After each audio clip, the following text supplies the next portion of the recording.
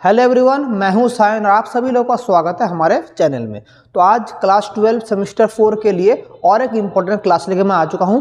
मेरे हाथ में एबीटीए है, तो एबीटीए जैसे सॉल्व हो रहा है हम लोग आगे बढ़ेंगे सॉल्व में। तो आज हम लोग करेंगे एबीटीए का पेज नंबर SC 101। तो जो इंग्लिश मीडियम स्टूडेंट्स हैं उन लोग के लिए मैं सीरीज लॉन्च किया हूँ, जहाँ पर मैं important papers, previous year papers और एबीटीए सॉल्व करा रहा हूँ।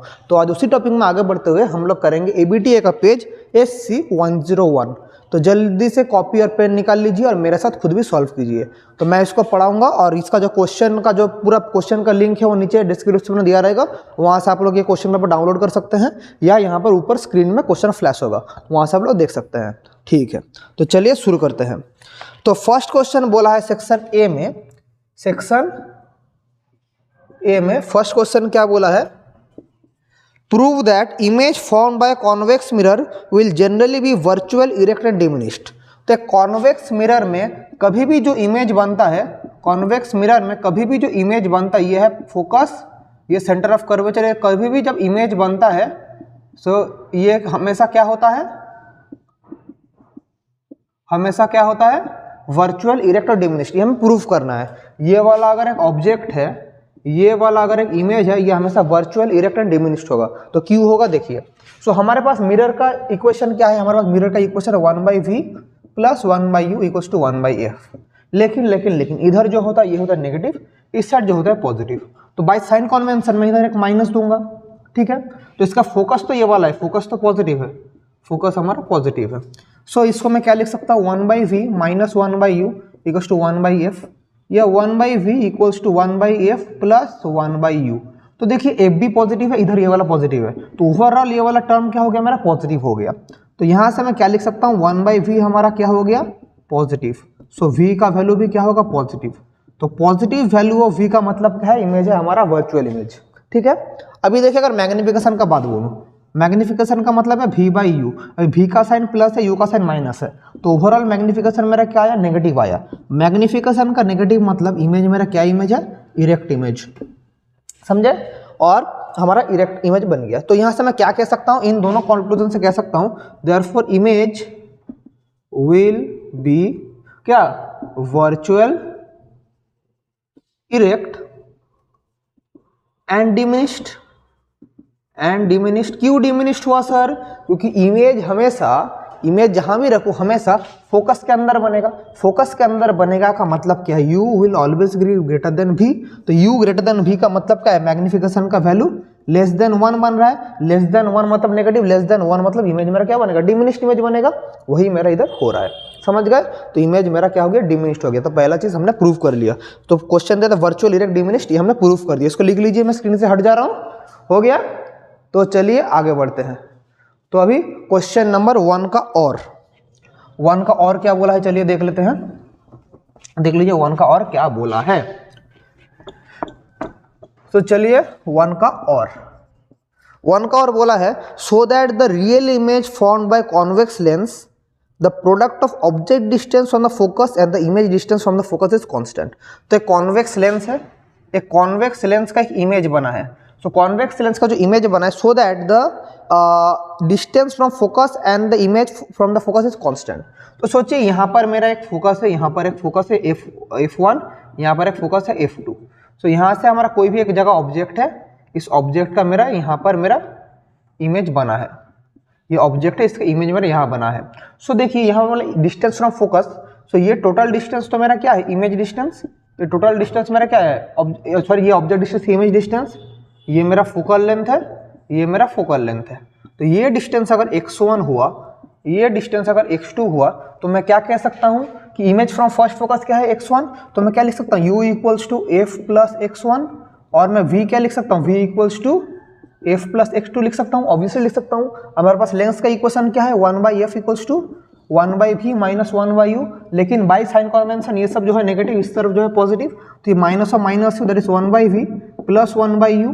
सो v का जगह क्या पुट करेंगे? 1/f + x2 + 1/u का जगह क्या पुट करेंगे? f + x1 that is 1/f। सो क्या लिख सकेंगे?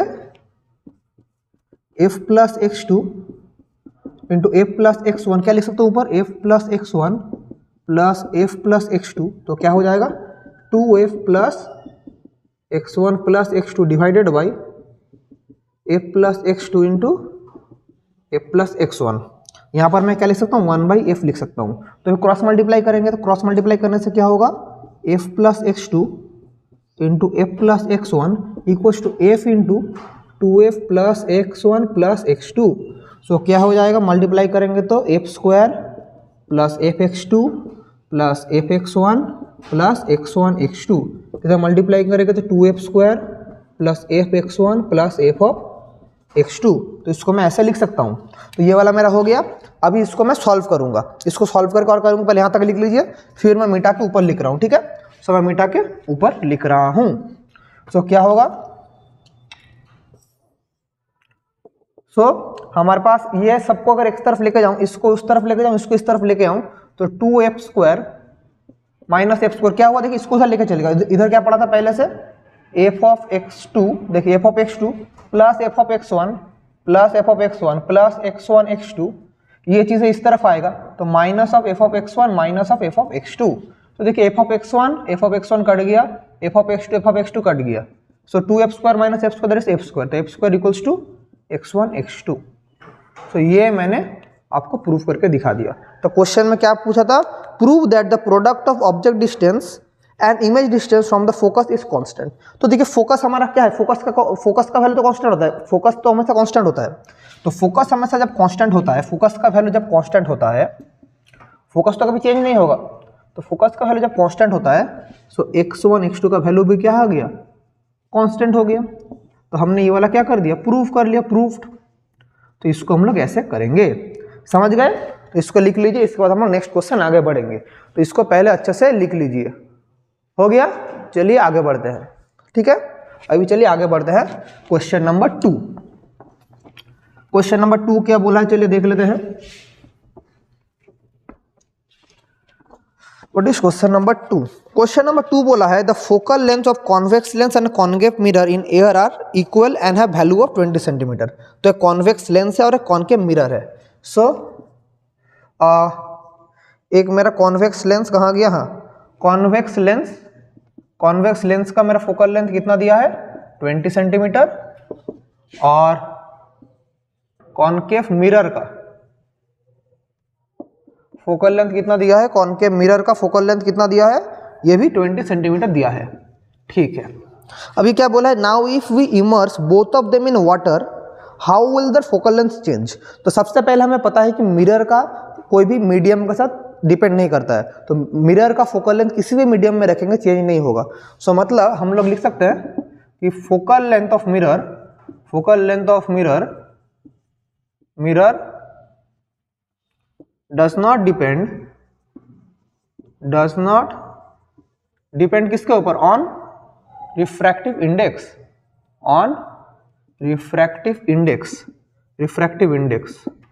therefore f will remain क्या, अनचेंज्ड, कोई भी चेंज नहीं होगा, अनचेंज रहेगा।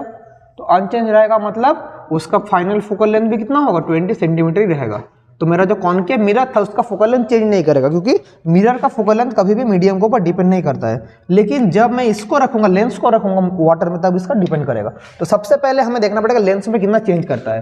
तो इसका पहले ये करे, इसका पहले इसका मैं रेडियस निकालना पड़ेगा। तो केस 1, जब मेरा लेंस एयर में है, लेंस इन एयर, तब हम उसका क्या करेंगे, तो 1/f, जब एयर में, तो एयर में है ना, तो एयर में क्या होगा, a mu G minus 1/r1 minus 1/r2। अभी क्वेश्चन में क्या बोला, both side equiconvex lens. तो इक्वी कॉन्वेक्स लेंस अगर हुआ तो r1 क्या हो जाएगा, r हो जाएगा, r2 क्या हो जाएगा, माइनस r, क्योंकि इस तरफ नेगेटिव इस तरफ positive, equiconvex lens. So mu G by mu A minus 1/r1 r minus 1/r। So देखिए म्यू जी का वैल्यू क्वेश्चन में दिया है, refractive index of the lens क्या बोला है, consider material of the lens 3/2 बोला है। सो इधर क्या हो जाएगा, 3/2, ईयर का रिफ्रैक्टिव इंडेक्स क्या होता है, 1 होता है, माइनस 1/r प्लस 1/r क्या हो जाएगा, 2/r। और लेफ्ट हैंड साइड में फोकल लेंथ कितना दिया है, 20 दिया है, तो 1/20, 3/2 माइनस 1 दैट इज 1/2। इसको करेंगे तो 1/2 इंटू 2/r। तो सॉल्व करेंगे तो 1/20। सो r का वैल्यू क्या आ गया, आर का वैल्यू आ गया 20 सेंटीमीटर। तो focal length of the radius of curvature of the lens क्या आ गया, तो radius of curvature of lens क्या आ गया, radius of curvature of lens, अभी तक आंसर नहीं आया, ऑफ लेंस क्या आ गया 20 सेंटीमीटर। अभी ये radius of curvature of the lens आया, अभी हमें निकालना है, क्या निकालना है, अभी हमें निकालना है क्या, जब इसको वाटर में प्लेस करेंगे इसका लेंस कितना चेंज होता है। तो पहले ये वाला लिख लीजिए, अभी हम लोग इसको रखेंगे केस 2, जब लेंस हमारा किस में रहेगा, वाटर में रहेगा। केस 2 जब लेंस इन वाटर, तो इधर क्या हो जाएगा W म्यू जी, तो इधर W हो जाएगा और यहाँ पर मेरा F का जगह हो जाएगा किसमें, वाटर में। तो ये वाला क्या हो जाएगा 1/FW और ये मेरा तब चेंज हो जाएगा। सो क्या होगा, तो यहाँ से हम लोग देख लेते हैं क्या होगा। सो 2/R, तो वाटर का रिफ्रैक्टिव इंडेक्स क्वेश्चन में बोला है कितना दिया है, वाटर का रिफ्रैक्टिव इंडेक्स 4/3 दिया है, तो यहाँ पर 4/3 हो जाएगा। सो 3/2, तो ये क्या हो जाएगा 9/8 - 1 इंटू 2। आर का वैल्यू क्या है सर, आर का वैल्यू अभी कितना मिला है, आर का वैल्यू हमें मिला है 20 सेंटीमीटर, तो इधर 20 बिठा देंगे। तो 2 × 10 that is 9/8 - 1 that is 1/8 into 1/10 that is 1/80। So 1/FW का वैल्यू आया 1/80, तो यहाँ से FW का वैल्यू क्या आ गया 80 सेंटीमीटर। तो फोकल लेंथ इन वाटर मेरा क्या आ गया, focal length in water 80 centimetre. So मेरा लेंस का फोकल लेंथ कितना चेंज हुआ, लेंस का मेरा फोकल लेंथ चेंज हुआ 80 सेंटीमीटर में, मेरा फोकल लेंथ चेंज हुआ लेंस में, ठीक है। सो नॉर्मल में ये हुआ और वाटर में मेरा चेंज होकर 80 सेंटीमीटर हुआ, ठीक है। तो इसको भी लिख लीजिए। और मेरा जो मिरर है, मिरर में कोई चेंज नहीं होगा, पहले भी 20 बाद में भी 20, लेकिन इसका पहले था 20 लेकिन चेंज होकर कितना हो गया 80 हो गया, समझे। इसको लिख लीजिए, मैं स्क्रीन से हट जाता हूँ, इसके बाद हम लोग नेक्स्ट क्वेश्चन करेंगे, ठीक है। ये वाला समझ गए, तो चलिए आगे बढ़ते हैं। चलिए इसको पहले लिख लीजिए फिर आगे बढ़ते हैं, 1 मिनट, चलिए 1 मिनट, कैमरा थोड़ा मेरा हिल गया था, इसको मैंने एडजस्ट कर लिया। चलिए, सो क्वेश्चन नंबर 2 हो गया। अभी देखते हैं 2 का और, 2 का और अभी देख लेते हैं। चलिए 2 का और, 2 का और क्या बोला है सर, बोला है अ double convex lens S power 5D is made of glass of refractive index 1.5 with both faces of equal radius of curvature, find the value of the curvature. Radius of curvature निकालना है। तो हमारे पास question क्या दिया, power दिया है, power दिया है, P क्या दिया है प्लस 5D, तो मेरा फोकल लेंथ कितना हो जाएगा 100/P सेंटीमीटर में, that is 100/5 that is 20 centimetre. So मेरा फोकल लेंथ कितना निकल गया 20 सेंटीमीटर मेरा फोकल लेंथ निकल गया, ठीक है। और इसका रिफ्रैक्टिव इंडेक्स क्या है 1.5 है, इसका रिफ्रैक्टिव इंडेक्स कितना है 1.5, मुझे रेडियस ऑफ कर्वेचर निकालना है। और ये डबल कॉन्वेक्स लेंस है, तो मैं क्या कर सकता हूँ 1/F lens maker formula A mu G -1 1/R1 -1/R2। Last question जैसा R1 का वैल्यू क्या है R, R2 का वैल्यू क्या है -R। अभी यहीं से हम लोग सॉल्व कर लेंगे। F का वैल्यू क्या है 20 that is 1/20 equals to A mu G by mu में वैल्यू कितना है 1.5 दैट इज 1.5 -1 1/R -1/R मतलब 1/R माइनस ऑफ -1/R, ये हो जाएगा that is 1/20 equals to 0.5 into 2/R। तो R क्या हो जाएगा 0.5 इंटू 2 इंटू 20, ये होगा 0.5 इंटू 2 इंटू 20।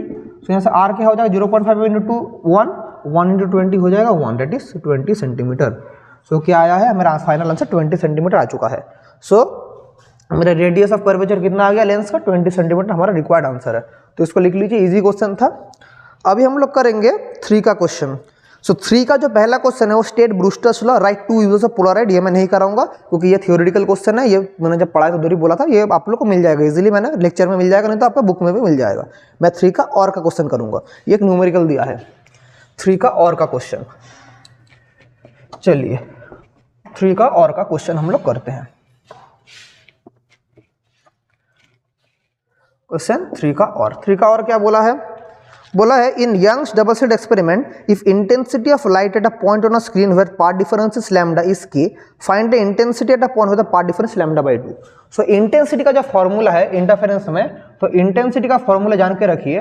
इंटेंसिटी का फॉर्मूला होता है I equals to I0 cos square φ/2, यह है इसका वैल्यू। तो फाई का वैल्यू क्या है, फाई का मतलब है फेज डिफरेंस, फाई का मतलब है फेज डिफरेंस, फाई का मतलब है फेज डिफरेंस। सो हमारे पास एक रिलेशन है कि delta phi by 2 pi equals to x by lambda, मतलब फेज डिफरेंस, ये एक्स का मतलब है पाथ डिफरेंस।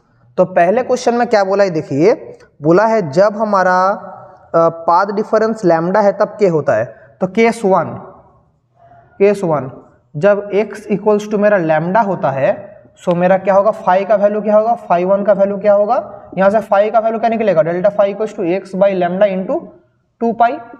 सो एक्स का वैल्यू अगर लैम्डा है तो lambda by lambda into 2 pi, तो क्या हो गया 2 पाई हो गया लैम्डा का वैल्यू। तो केस वन जब x का वैल्यू लैम्डा है तो फाई का वैल्यू क्या हो गया 2 पाई। तो यहाँ से मेरा इंटेंसिटी क्या होगा, intensity I equals to I zero cos square phi by 2 में क्या लिखेंगे, कॉस स्क्वायर 2 पाई बाई 2। अभी देखिए I का वैल्यू क्या दिया है क्वेश्चन में, बोला जब x था तब इंटेंसिटी क्या है, k है।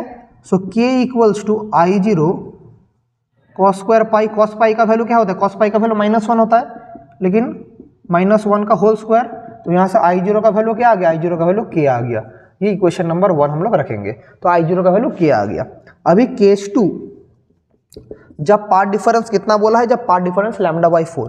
सो पाथ डिफरेंस जब लैम्डा बाई 4 है तब फाई 2 का वैल्यू क्या होगा, तो x का जगह क्या बिठाएंगे, lambda by 4 by lambda into 2 pi.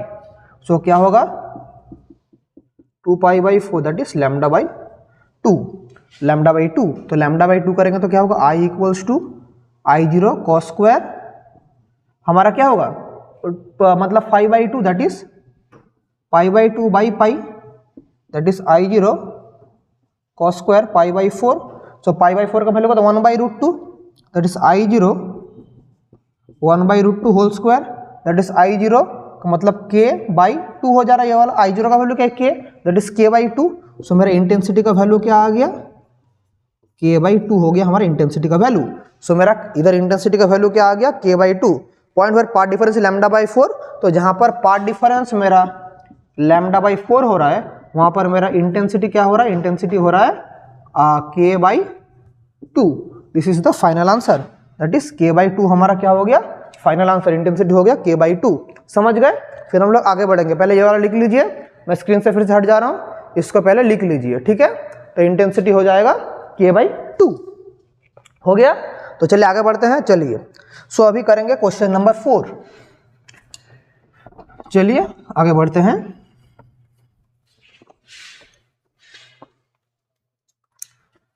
तो क्वेश्चन नंबर 4 क्या बोला है, क्वेश्चन नंबर 4 बोला है सर डिफाइन थ्रेशोल्ड फ्रीक्वेंसी। तो थ्रेशोल्ड फ्रीक्वेंसी आप सभी लोगों को पता है, the minimum frequency required for photo ejection is called threshold frequency, वो नहीं बोलेंगे। उसके साथ वाला क्वेश्चन है if blue light ejects electron from a metal but red light is not able to do so, explain. तो हमें सब पता है फोटो इलेक्ट्रिक इफेक्ट के लिए जो भी इंसिडेंट लाइट का फ्रीक्वेंसी होगा must be greater than threshold frequency. तो हम सभी लोगों को पता है ब्लू का जो फ्रीक्वेंसी है वो ग्रेटर देन रेड लाइट का फ्रीक्वेंसी है। सो अगर ब्लू का फ्रीक्वेंसी ज़्यादा है तो ऑफ कोर्स यहाँ पर होगा कि ब्लू लाइट का जो फ्रीक्वेंसी है वो थ्रेशोल्ड फ्रीक्वेंसी से ज़्यादा है, लेकिन रेड का जो फ्रीक्वेंसी लेस है, इसलिए नहीं निकल पा रहा है। सो ब्लू लाइट का जो ये जो क्वेश्चन है, ब्लू लाइट का जो फ्रीक्वेंसी होगा must be greater than threshold frequency. इसीलिए क्या हो रहा है, इसीलिए हमारा फोटो इजेक्शन हो रहा है, इलेक्ट्रॉन निकल रहा है। लेकिन हमारा रेड लाइट का जो फ्रीक्वेंसी होगा, रेड लाइट का जो फ्रीक्वेंसी होगा वो क्या होगा, must be less than threshold frequency, less than threshold frequency. इसलिए क्या होगा, लेस देन थ्रेशोल्ड फ्रीक्वेंसी है, इसलिए क्या होगा हमारा इलेक्ट्रॉन नहीं निकलेगा। इसलिए इलेक्ट्रॉन नहीं निकलेगा तो ग्रेटर होने से निकलता है, लेस होने से नहीं निकलता है, समझे। चलिए तो आगे बढ़ते हैं, तो इसलिए नहीं निकला है। अभी 4 का और का क्वेश्चन करते हैं।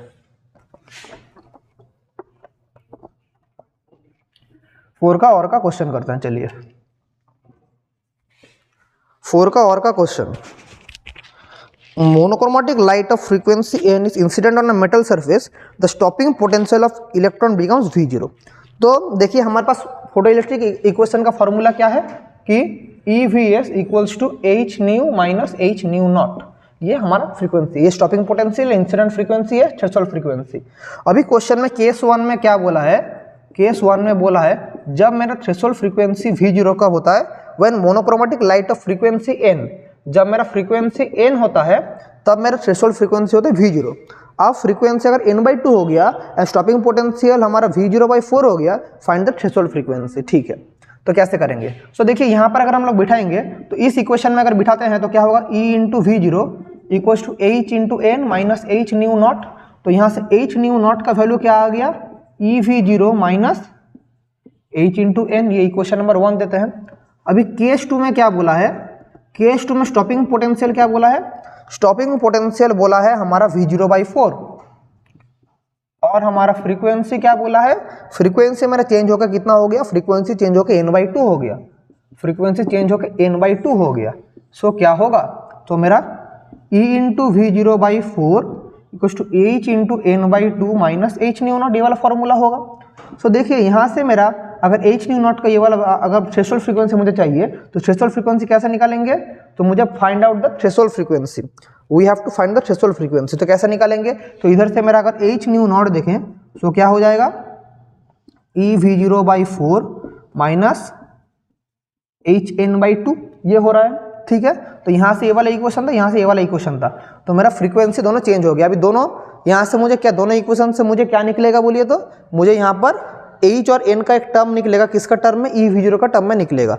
सो मैं अगर यहाँ से दोनों को ऐड कर दूँ या दोनों को सब्ट्रैक्ट, मतलब 1 और 2 से मैं क्या लिख सकता हूँ, EV0 minus H into n equals to EV0/4 minus HN/2। तो इसको क्या होगा, हम लोग अगर इसको इस तरफ लेके आएँ, so EV0 minus EV0/4 equals to H into n minus HN/2, that is 4 minus 1, that is 3/4 E into V0 equals to HN/2, ये होगा। तो यहाँ से मैं क्या लिख सकता हूँ, इसको अगर मैं और सॉल्व करूँ तो इसको अगर ले जाकर इधर सॉल्व करूँ तो क्या होगा, हमारे पास यहाँ पर HN का अगर टर्म में मैं करूँ, सो V0/n इक्वल्स टू क्या होगा, V0/n अगर करूँ तो सर H/2 हो जाएगा, इसको उधर मल्टीप्लाई करेंगे तो क्या होगा, 4/3 इंटू E, तो 2 इंटू 2 दैट इज 2/3 H/E, ये वाला मेरा वैल्यू आ रहा है। किसका वैल्यू आ रहा है, V0/n का वैल्यू आ रहा है। लेकिन मुझे क्या निकालना है, थ्रेशोल्ड फ्रीक्वेंसी मुझे निकालना है। तो किसी भी एक इक्वेशन में मैं वैल्यू पुट कर दूंगा, तो थ्रेशोल्ड फ्रीक्वेंसी मुझे निकालना है। तो इधर अगर मैं पुट करूं कि H nu naught equals to EV0, अभी देखिए हमारे पास ये वाला फॉर्मूला है, तो यहाँ से मैं क्या लिख सकता हूँ कि E into V0 equals to 2/3 n into H, ये मैं लिख सकता हूँ, 2/3 n इंटू H मैं लिख सकता हूँ, देखिए 2/3 n इंटू H लिख सकता हूँ। तो E0 जगह क्या लिखूंगा, 2/3 n into H minus n into H। तो एक मिनट, सॉरी 2/3 हो रहा है, हाँ 2/3 तो हो रहा है, क्योंकि कट गया, 2/3 तो हो रहा है। EV0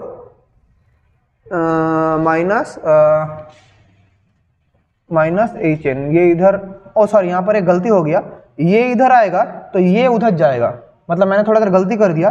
यहाँ पर मेरा क्या होता, यहाँ पर मेरा ये इस तरफ है, ये इधर HN माइनस EV0 होता, समझे, यहाँ पर थोड़ा गलती हो गया, मतलब मैंने उल्टा लिख दिया यहाँ पर, that is HN H into n minus EV0 का जगह क्या लिखूंगा, 2/3 H into n, that is 1/3 n into H। So H nu naught ये वाला हो गया, तो यहाँ से न्यू नॉट क्या हो जाएगा, H कट गया, that is n/3। This is the required मेरा फ्रीक्वेंसी, समझे। तो रिक्वायर्ड फ्रीक्वेंसी मेरा क्या हो गया, n/3। तो थ्रेशोल्ड फ्रीक्वेंसी क्या हो गया, n/3। समझ पाए कैसे किया, तो इसको नोट डाउन कर लीजिए, फिर हम लोग आगे बढ़ेंगे। ये था 4 का और का क्वेश्चन, अभी हम लोग आगे बढ़ेंगे, इसको पहले लिख लीजिए, ठीक है, वेरी गुड। अभी क्वेश्चन नंबर 5 करेंगे, चलिए क्वेश्चन नंबर 5 क्या बोला है, चलिए देख लेते हैं। क्वेश्चन नंबर 5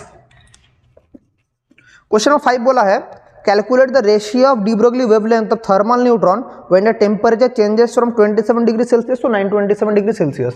तो T1 क्या है, 27 डिग्री सेल्सियस, इसका मतलब क्या, 27 प्लस 273 दैट इज 300 केल्विन।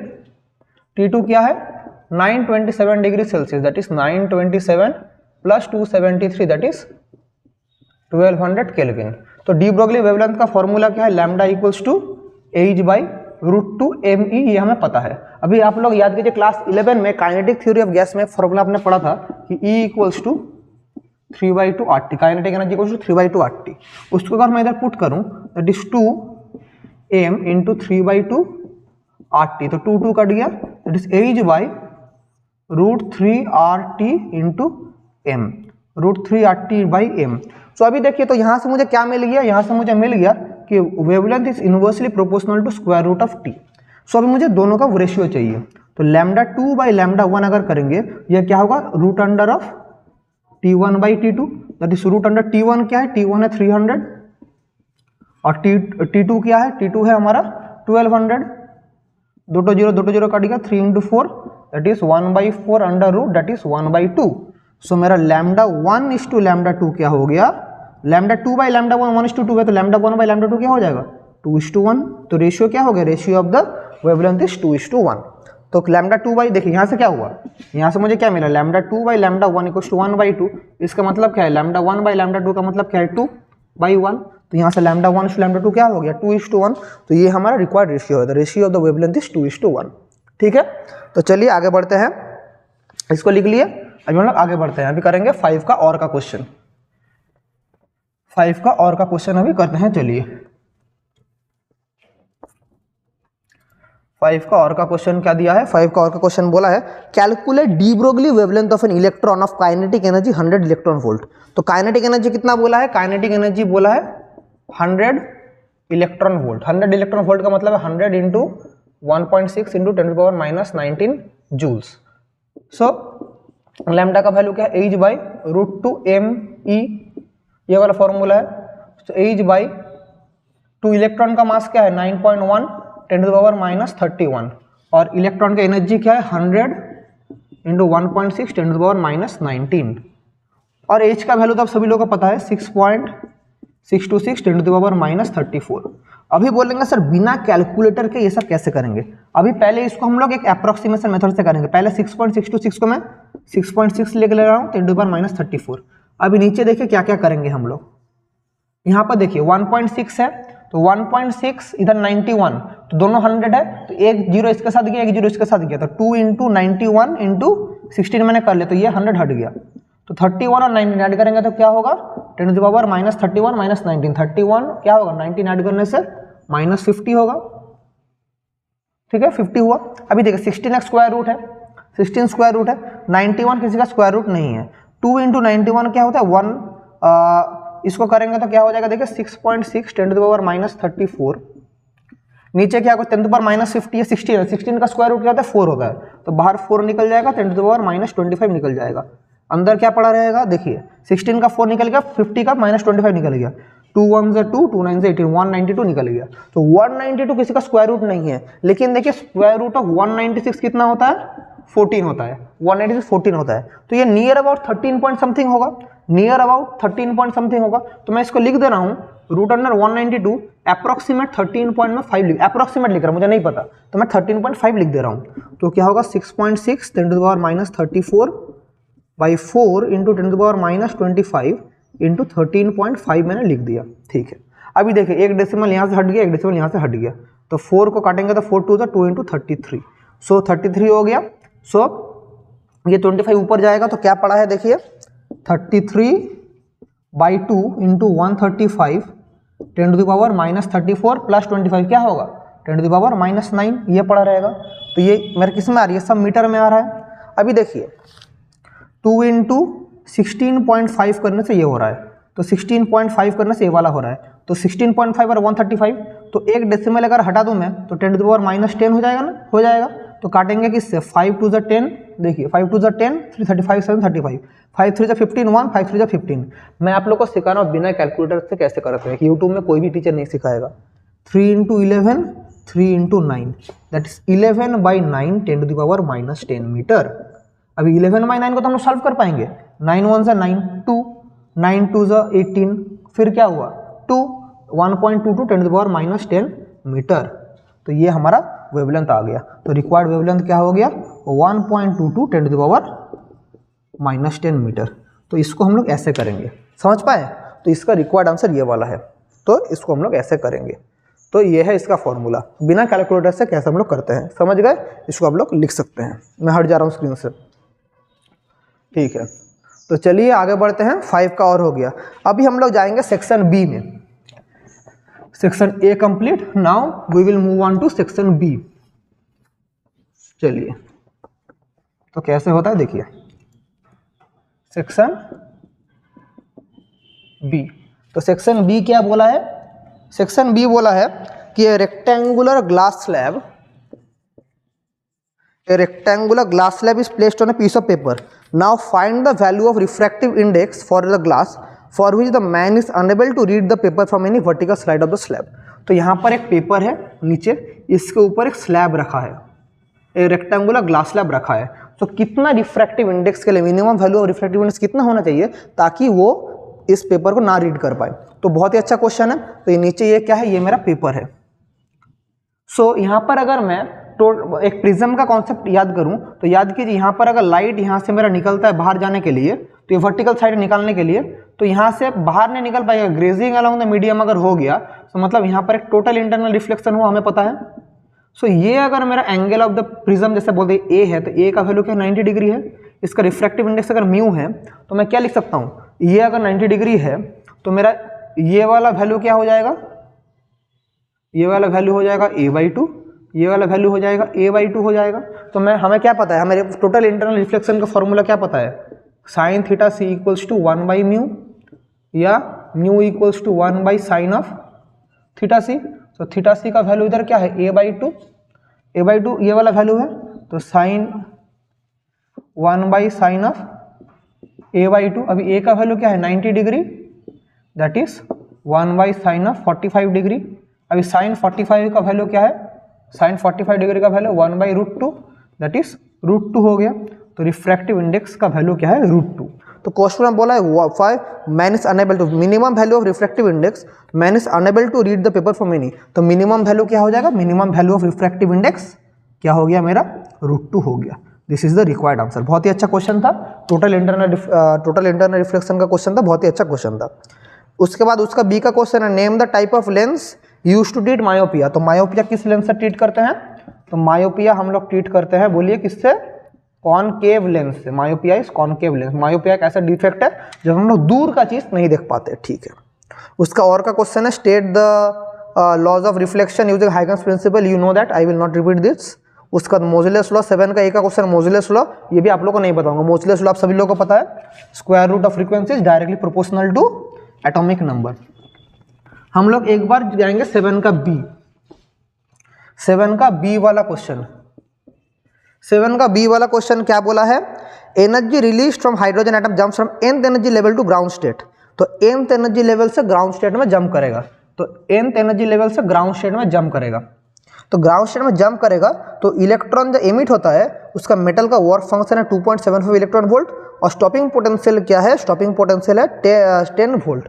तो हम सभी लोगों को पता है कि E into V S equals to H nu minus work function. तो यहाँ से एच न्यू का वैल्यू क्या हो जाएगा, E V S plus work function. तो स्टॉपिंग पोटेंशियल कितना दिया 10 volt, that is 10 into E. Work function का वैल्यू कितना दिया है, वर्क फंक्शन का वैल्यू दिया 2.75, तो 10 electron volt plus 2.75 electron volt, तो क्या हो जाएगा 12.75 इलेक्ट्रॉन वोल्ट, ये वाला होगा।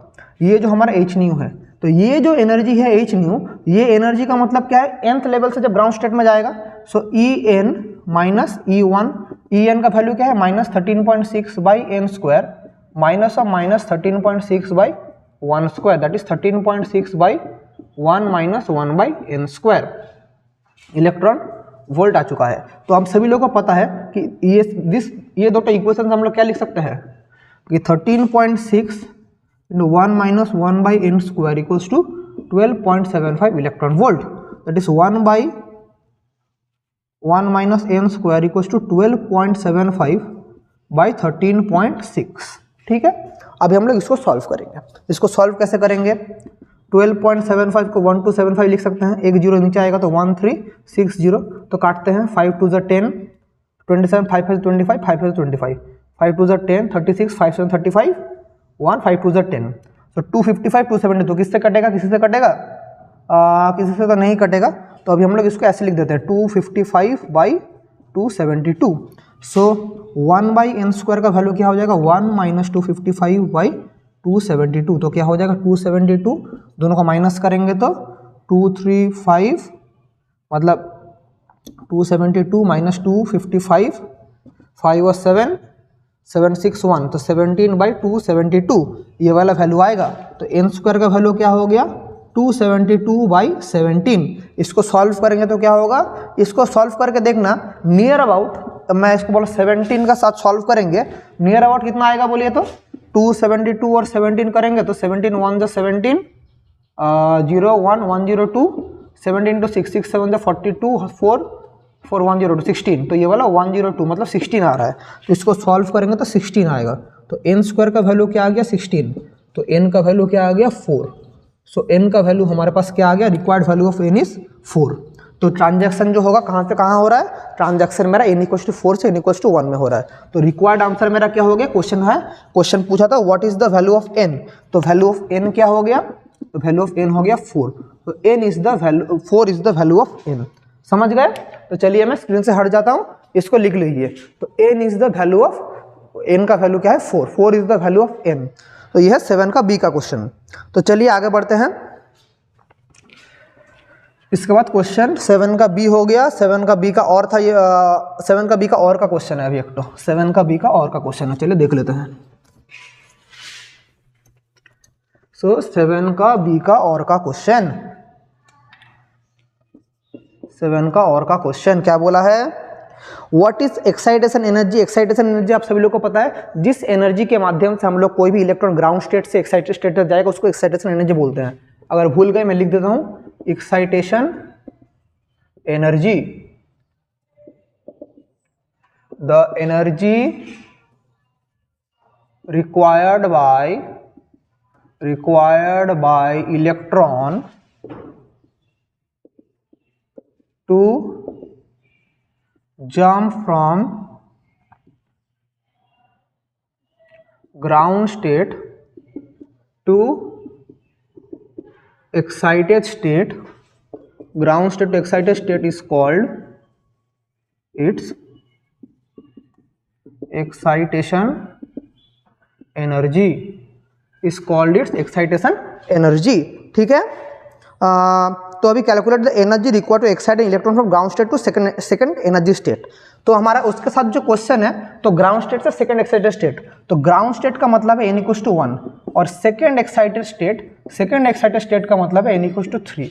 मतलब क्या होता है, ये तो हमारा ग्राउंड स्टेट होता है, ये है फर्स्ट एक्साइटेड स्टेट, यहाँ पर n = 1, ये n = फर्स्ट एक्साइटेड स्टेट, ये है n = 3, ये है सेकंड एक्साइटेड स्टेट। तो सेकंड एक्साइटेड स्टेट मतलब n = 3, तो मुझे फर्स्ट एक्साइटेड स्टेट से ग्राउंड स्टेट से सेकंड एक्साइटेड स्टेट जाने में कितना एनर्जी लगेगा, तो एनर्जी कितना लगेगा, सो E2 - E1 मतलब E2 मतलब एक्चुअली E3 होगा यहाँ पर, सो -13.6/3² माइनस ऑफ -13.6/1²। तो 13.6 अगर कॉमन लेंगे तो 1 - 1/9 that is 8/9 into 13.6 electron volt. So करेंगे तो क्या होगा, 9 1 ज़ा 9.46 आएगा, 9 5 ज़ा 45, 1 10, 9 1 ज़ा 9, 1.51 हो रहा है। तो इसको मल्टीप्लाई करेंगे तो 8 1 ज़ा 8, 8 5 ज़ा 44, 12.8 इलेक्ट्रॉन वोल्ट। तो एनर्जी मेरा क्या आ गया 12.8 इलेक्ट्रॉन वोल्ट मेरा रिक्वायर्ड एनर्जी आ चुका है। सो एनर्जी मेरा एक्साइटेड स्टेट से जाने में कितना लगता है 12.08 इलेक्ट्रॉन वोल्ट। समझ गए, ग्राउंड स्टेट से सेकंड एनर्जी स्टेज में जाने के लिए कितना लगता है 12.08 इलेक्ट्रॉन वोल्ट। तो अभी चलिए नेक्स्ट क्वेश्चन करते हैं। नेक्स्ट क्वेश्चन है 8 का ए। 8 का ए क्या बोला है, चलिए देख लेते हैं। कैसा लग रहा है आज का क्लास, कमेंट करके बोलना, कुछ भी डाउट है तो वो भी बोलना कमेंट करके। तो अभी हम लोग करेंगे 8 का ए का क्वेश्चन। सो 8 का ए क्या बोला है, derive the exponential law of radioactive decay. ये आप सभी लोगों को पता है, बहुत बार करा चुका हूँ एक्सपोनेंशियल लॉ, ये वाला जो प्रूफ करना है n = n0 e to the power - λt। इसको मैं वापस प्रूफ नहीं कराऊंगा, ऑलरेडी मेरा क्लास में है, यूट्यूब क्लासेस में मेरा ऑलरेडी है। आप लोग सर्च करना फिजिक्स विद सायन या सायन सर न्यूक्लियस का लेक्चर, या इसी वीडियो के नीचे डिस्क्रिप्शन में मैं जितना भी क्लास ले हूँ सबका लिंक दिया है, वहाँ से आप लोग देख सकते हैं क्लिक करके। अभी क्वेश्चन नंबर 8 का बी क्या दिया है, half life of radioactive element is 10 minute. ठीक है, तो number of nucleus present initially were 600। तो इनिशियली कितना था 600 न्यूक्लियस प्रेजेंट था। Find the time after which the number of disintegrated nucleus will be 450। तो डिसइंटीग्रेट कितना हो गया, डिसइंटीग्रेट कितना हो गया 450 हो गया, डिसइंटीग्रेट 450। तो लेफ्ट कितना है, लेफ्ट का मतलब है n, तो n कितना है 600 माइनस 450, दैट इज कितना आ गया 150 हमारा लेफ्ट है। सो n का वैल्यू हो गया 150। सो देखिए इनिशियली कितना था 600, तो t टाइम में, तो इनिशियली था t टाइम में, तो t टाइम में हाफ लाइफ है t टाइम में, तो ये क्या हो जाता है n0/2, दैट इज क्या हो गया n0/2 मतलब 300 हो गया। सो 300 हो गया t टाइम में, 300 मेरा हुआ किस में t टाइम में, तो 150 कितना टाइम में होगा, बोलिए कितना टाइम में होगा 150, t टाइम में हुआ 350, तो ये 2t में होगा। क्यों, कैसे हुआ 250 में सर, सो इसको t/300, सॉरी ये वैसा यूनिटरी मेथड से नहीं है, देखिए देखिए मैं क्या बोल रहा हूँ, मेरा फॉर्मूला क्या है, हाफ लाइफ में हुआ मेरा कितना n0/2, इधर वैल्यू क्या मुझे कितना 150 चाहिए, तो 150 का वैल्यू क्या हो जाएगा, सो 150, सो मेरा 2t में क्या होगा n0/4 हो जाएगा। n0/4 का वैल्यू तो मेरा 150 है, n0/2 का वैल्यू क्या था 600/2 का वैल्यू क्या है 300, n0 का 4 का वैल्यू है 600/4 दैट इज 150। सो मेरा 2t टाइम में 2 हाफ लाइफ में 150 हो जाएगा। सो मेरा रिक्वायर्ड टाइम क्या होगा, रिक्वायर्ड टाइम क्या हो जाएगा, that is 2 into half life 2t, that is 2 into एक हाफ लाइफ का वैल्यू क्या 10 minute, so 10 minute that is 20 minute is the required time. तो 20 मिनट में मेरा क्या हो जाएगा, वो मेरा क्या हो जाएगा 150 हो जाएगा, this is the required time. So 8 का भी हमने देख लिया। सो चलिए 8 का और का क्वेश्चन करेंगे अभी हम लोग, 8 का और का क्वेश्चन। उसके पहले थोड़ा मैं पानी पी लेता हूँ, तब तक आप ये वाला कीजिए, तब तक मैं थोड़ा पानी पी लेता हूँ।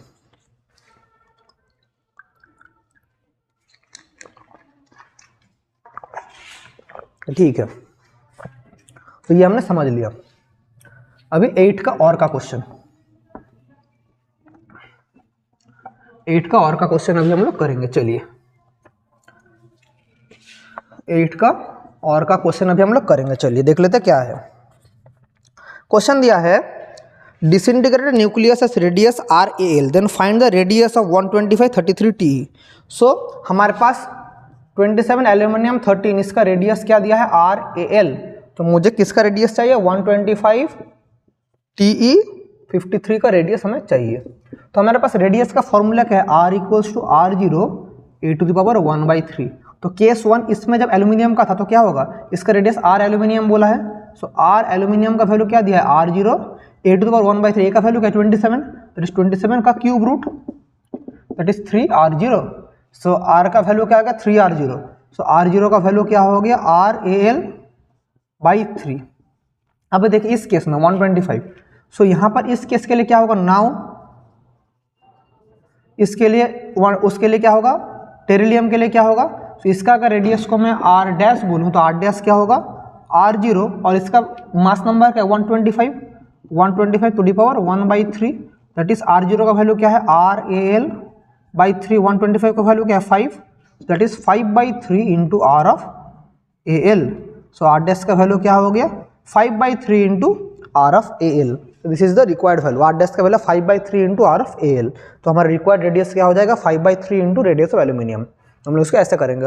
अगर क्वेश्चन में ये वैल्यू नहीं दिया रहता, हमें R0 का वैल्यू पता भी है, हमें R0 का वैल्यू जनरली जो होता है R0 का वैल्यू होता है 1.2 फर्मी या 1.2 10⁻⁻15 मीटर, लेकिन क्वेश्चन में बोल दिया है कि RAL होगा, इसलिए मैंने इस टर्म में निकाला। अगर नहीं बोलता हम लोग डायरेक्ट यहाँ से उसका रेडियस भी निकाल सकते थे, क्योंकि हमारे पास R0 का वैल्यू पता है, लेकिन क्वेश्चन में नहीं बोला है इसलिए हम लोग ऐसे करेंगे। ठीक है, तो अभी चलिए आगे बढ़ते हैं। उसके बाद nuclear fusion always precede by, मतलब फ्यूजन को ऑलवेज फ्यूजन, मतलब फ्यूजन से पहले हमेशा फ्यूजन होता है, ये आप सभी लोगों को मैंने पढ़ाने का टाइम बोला था। इसका डायरेक्ट हम लोग 8 का C चल जाएंगे, और का C, क्योंकि ये वाला A का क्वेश्चन था, B का क्वेश्चन थ्योरेटिकल क्वेश्चन आप लोग को मिल जाएगा मेरे क्लासेस में, ये आपकी बुक में भी दिया है।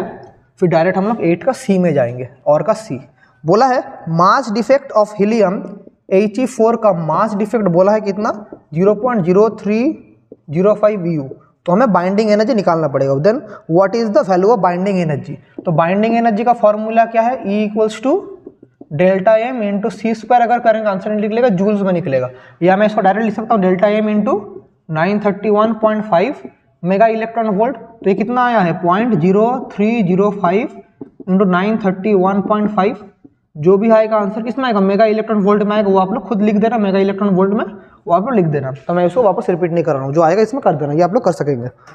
इसके बाद हम लोग करेंगे यूज नैंड गेट, 9 के question NAND gate to gate and gate not gate. बहुत बार पढ़ा चुका हूँ नैंड गेट से कैसे एंड गेट नॉट गेट करता है, इसको हम लोग नहीं करेंगे। Truth table of or gate भी थ्योरेटिकल क्वेश्चन है। डायरेक्ट सब थ्योरेटिकल क्वेश्चन एकदम हम लोग सेक्शन सी में 11 के क्वेश्चन में चल जाएंगे। उसका पहले जो भी थ्योरेटिकल क्वेश्चन अगर आप लोग को नहीं आता है तो कमेंट में बोलना, क्योंकि मैंने ये सारे क्वेश्चन बहुत बार डिस्कस किया है। ये नीचे का जितना भी क्वेश्चन है बहुत बार मैंने डिस्कस किया, इसलिए मैं इसको रिपीट नहीं करा रहा हूँ। डायरेक्ट हम लोग चल जाएंगे सेक्शन सी में, सेक्शन सी में चल जाएंगे। सो सेक्शन सी 11 का ए का क्वेश्चन क्या दिया है, चलिए देख लेते हैं। What will be the maximum angular magnification of a lens of focal length 25 centimetre if equals to 25 centimetre. So maximum magnification का फॉर्मूला क्या है, 1 plus D by F. Lens का मैग्निफिकेशन का फॉर्मूला ये वाला होता है 1 plus D by F. So D का वैल्यू हमें क्या पता है 25 centimetre minimum distance of vision, that is 1 plus 25 by 25, that is 1 plus 1 that is 2। सो मेरा मैग्निफिकेशन कितना आ गया, मैक्सिमम मैग्निफिकेशन मेरा 2 आ चुका है, ठीक है। सो एंगुलर मैग्निफिकेशन मेरा वैल्यू 2 आ चुका है, तो पहला का आंसर मेरा हो चुका है। इसके बाद वाला क्वेश्चन है what will be the effect on the fringe when one of the slit in Young's double slit experiment is covered with black paper. मतलब यंग्स डबल स्लिट एक्सपेरिमेंट में बी का क्वेश्चन देखिए क्या बोला है।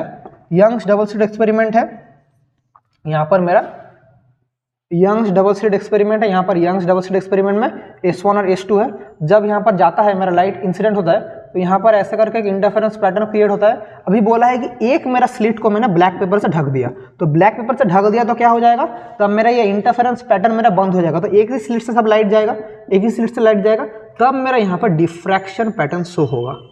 तो मेरा यहाँ पर धीरे धीरे इंटरफेरेंस पैटर्न हट के डिफ्रैक्शन पैटर्न शुरू होगा। मतलब जब मेरा दोनों स्लिट था तब इंटरफेरेंस, अगर एक स्लिट को मैंने कवर कर दिया तो सिंगल स्लिट डिफ्रैक्शन करेगा। तो यहाँ पर जो क्वेश्चन था कि फ्रिंज, तो if one slit is blocked, then the interference pattern will be blocked and single slit diffraction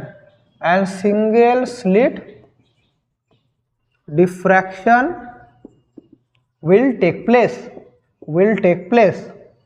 और वहाँ पर हमें क्या दिखने को मिलेगा, वहाँ पर हमें दिखने को मिलेगा डिफ्रैक्शन पैटर्न। तो वहाँ पर क्या दिखने को मिलेगा, डिफ्रैक्शन पैटर्न हमें दिखने को मिलेगा, ठीक है। तो हमारा जब भी एक स्लिट ब्लॉक हो जाता है वहाँ पर हमें क्या दिखने को मिलेगा, डिफ्रैक्शन पैटर्न। उसके बाद बोला है क्वेश्चन नंबर सी का क्वेश्चन बोला है angle between analyser and polariser is 60 degree. तो थीटा का वैल्यू कितना दिया, 60 डिग्री बोला है। So find the intensity of the emerging light with respect to incident ray. तो ये मेलस लॉ का क्वेश्चन है, I equals to I0 cos square theta, ये इमर्जिंग लाइट है। So I0 cos square 60 degree, cos 60 का value क्या है 1/2, that is I0 into 1/2 का whole square, that is I0/4। So निकल कौन सा रहा है I, सो I/I0 क्या हो गया 1/4। तो मेरा रेशियो क्या हो जाएगा I/I0 क्या हो गया 1:4। दिस इज द मेरा रिक्वायर्ड रेशियो, ठीक है, ये मेरा रिक्वायर्ड रेशियो है। और स्टेट मेलस लॉ यही वाला है, मैं बहुत बार लिखा चुका हूँ, उसको मैं वापस रिपीट नहीं करूँगा, इसको पहले लिख लीजिए। मैं स्क्रीन से हट जा रहा हूँ, ठीक है, हो गया, वेरी गुड। अभी देखिए यहाँ के बाद नेक्स्ट जो क्वेश्चन है, ये सारे क्वेश्चन थ्योरेटिकल क्वेश्चन है। ये क्वेश्चन स्क्रीन को ऊपर आएगा, नहीं तो नीचे फोटो में भी दिया रहेगा, डिस्क्रिप्शन से डाउनलोड करके देख सकते हैं। तो ये सारे हमारे क्या है, थ्योरेटिकल क्वेश्चन है। Unsymmetrical point axis position of the image सब थ्योरेटिकल है। NPN as a switch. तो हम लोग डायरेक्ट चल जाएंगे 12 का और का क्वेश्चन में। उसका पहले जितना भी क्वेश्चन है सब थ्योरेटिकल क्वेश्चन है। डायरेक्ट हम लोग 12 का और का क्वेश्चन में चल जाएंगे। तो 12 का और का क्वेश्चन क्या दिया है देखिए। सो 12 का और का क्वेश्चन क्या बोला है, 12 का और का क्वेश्चन बोला है अगर अल्फा का वैल्यू 0.95 होता है तो बीटा का वैल्यू क्या होता है। तो अल्फा और बीटा के बीच में रिलेशन क्या था याद कीजिए, beta equals to alpha by 1 minus alpha. याद आ रहा है, ये वाला फॉर्मूला ऑलरेडी हमने प्रूव किया था, तो वहीं से ये वाला फॉर्मूला आ गया। तो 0.95 by 1 minus 0.95, that is 0.95 by point क्या होगा बोलिए 0.05, दैट इज 95 बाई 5। सो 5 1 जा 5, 4 5 9 जा 45। सो बीटा का वैल्यू क्या आ गया, बीटा का वैल्यू मेरा 19 आ गया है। ये 12 का और का ए का क्वेश्चन था। और बी का क्वेश्चन क्या है, और कैसे PN junction diode use as a full wave rectifier, ये आप सभी लोगों को पता है, बहुत बार थ्योरेटिकल क्वेश्चन में करा चुका हूँ। एकदम हम लोग 12 का सी का क्वेश्चन करेंगे। 12 का सी का क्वेश्चन करेंगे। चलिए देख लेते हैं 12 का सी का क्वेश्चन क्या दिया है। एक यहाँ पर ऐसे डायग्राम दिया है,